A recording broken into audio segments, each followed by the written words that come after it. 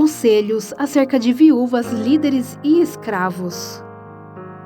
Não repreenda asperamente o homem idoso, mas exorte-o como se ele fosse seu pai. Trate os jovens como a irmãos, as mulheres idosas como a mães, e as moças como a irmãs, com toda a pureza. Trate adequadamente as viúvas que são realmente necessitadas.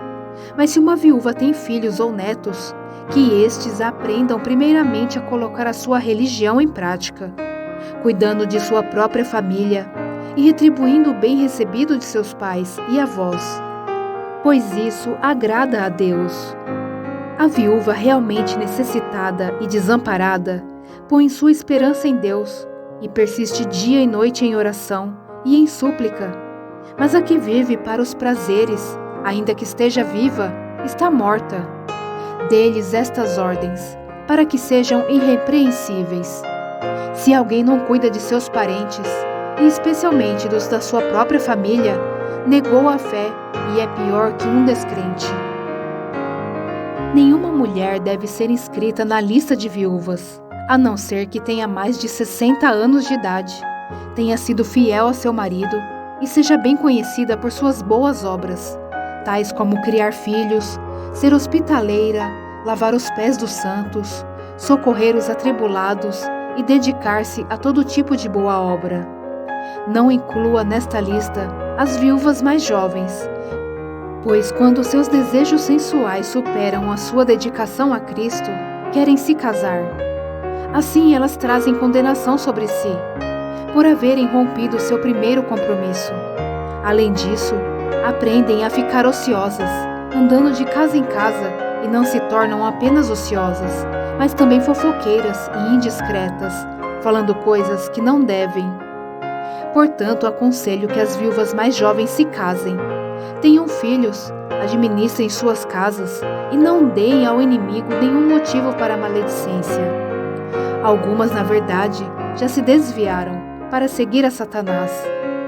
Se alguma mulher crente tem viúvas em sua família, deve ajudá-las.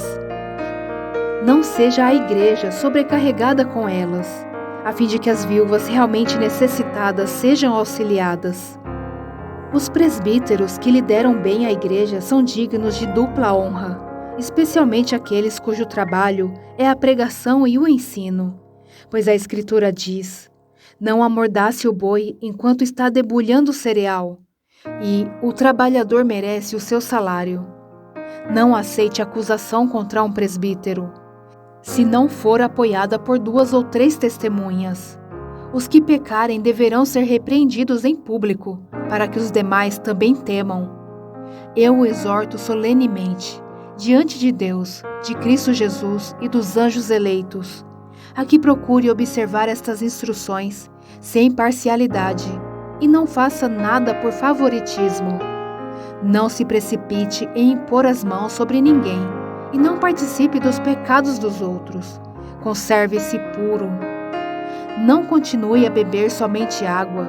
Tome também um pouco de vinho, por causa do seu estômago e das suas frequentes enfermidades.